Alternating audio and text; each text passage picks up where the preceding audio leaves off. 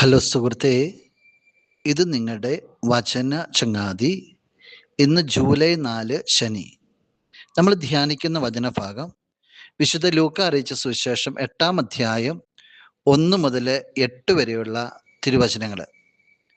2 ഭാഗങ്ങളാണ് ഇന്നത്തെ സുവിശേഷത്തിന്. ആദ്യത്തെ മേഖലകളിൽ യേശുവിനെ അനുഗമിച്ച സ്ത്രീകളെ കുറിച്ചാണ് പറയുക. ആദ്യം പറയുന്നു 12 പേര് ഈശോയുടെ കൂടെ ഉണ്ടായിരുന്നു. പിന്നെ കുറച്ച് സ്ത്രീകളെ കുറിച്ച് പറയാണ്. അവരിൽ പിശാച് ബഹിഷ്കരിക്കപ്പെട്ടവരുണ്ടായിരുന്നു, പണക്കാരുണ്ടായിരുന്നു, പല രീതിയിലുള്ളവര്. യേശുവിനെ കണ്ടറിഞ്ഞവര്, യേശുവിനെ അനുഭവിച്ചറിഞ്ഞവര്, അവരവരുടെ പദവി നോക്കാതെ, അവരവര് താഴ്ന്നവരാണെന്ന് നോക്കാതെ യേശുവിൻ്റെ പിന്നാലെ യേശുവിന് ശുശ്രൂഷയായിട്ട് നീങ്ങിയാണ്. രണ്ടാമത്തെ വചനഭാഗം പറയുക വിധക്കാരൻ്റെ ഉപമയെക്കുറിച്ചാണ്. ആദ്യം കണ്ടത് അപ്പസ്തോലന്മാരും സ്ത്രീകളും വിതയ്ക്കപ്പെട്ട വിത്ത് 100 മേനി ഫലം ചൂടി അവരനുഗമിക്കുന്നു. ഇനി രണ്ടാമത് ഫലം ചൂടിയ വിത്തിനെ കുറിച്ചും ഫലം ചൂടാത്ത വിത്തുകളെ കുറിച്ചും പറയാണ്. 2 കാരണങ്ങളാണ് അവിടെ കാണുക.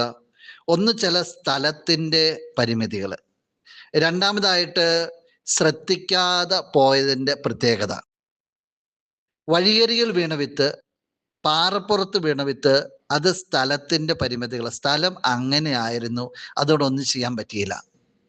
എന്നാൽ മുൾച്ചെടികൾക്കിടയിൽ വീണ വിത്ത്, അത് ശ്രദ്ധിക്കാതെ പോയത് കൊണ്ടാണ് മുള്ളുകൾ അതിനെ ഞെരുക്കി കളയാണ്. ഈശോ പിന്നീട് അതിനെക്കുറിച്ച് പറയുന്നുണ്ട്, ജീവിത ക്ലേശങ്ങൾ, സമ്പത്ത്, സുഖഭോഗങ്ങൾ എന്നിവ ഞെരുക്കി കളയുന്നതാണെന്ന്. നിന്നെ കർത്താവ് വിളിച്ചിട്ടുണ്ട്.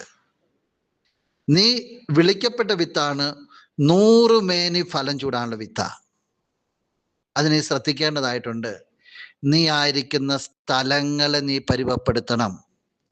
അതുപോലെ തന്നെ ശ്രദ്ധിക്കേണ്ട മറ്റൊരു കാര്യമാണ്, ചുറ്റുപാട് നിന്ന് നിന്നെ ഞെരുക്കുന്ന അവസ്ഥകളെ നീ ശ്രദ്ധിക്കേണ്ടതായിട്ടുണ്ട്. ഈ രണ്ടും പരിവപ്പെടുത്താൻ പറ്റിയ മേഖലയാണ് ക്രിസ്തുവിലേക്ക് ഫോക്കസ് കൊടുത്ത് വലിപ്പ ചെറുപ്പ വ്യത്യാസങ്ങളില്ലാതെ അവനെ മാത്രം നിന്റെ ശ്രദ്ധ കേന്ദ്രീകരിച്ച് അവനെ നീ സ്നേഹിക്കുക. ക്രിസ്തുവിനോടുള്ള സ്നേഹത്തിൻ്റെ ആഴം വരുമ്പോൾ നിനക്ക് 100 മേനി തന്നെ ഫലം ചൂടാനായിട്ട് സാധിക്കും. സുഹൃത്തെ, നിനക്കത് സാധിക്കട്ടെ. നമുക്ക് പ്രാർത്ഥിക്കാം. എൻ്റെ സ്വർഗീയ ചങ്ങാതി, എന്നെ കേൾക്കുന്ന ഈ ചങ്ങാതിയെ സമർപ്പിക്കുകയാണ്. 100 മേനി ഫലം ചൂടാൻ തക്ക രീതിയിൽ ഈ വ്യക്തിയുടെ ഹൃദയത്തെ, മനസ്സിനെയും, ചുറ്റുപാടിനെയും, ആത്മാവിനെയും എല്ലാം അങ്ങ് പവിത്രീകരിക്കണമേ. ആമേൻ.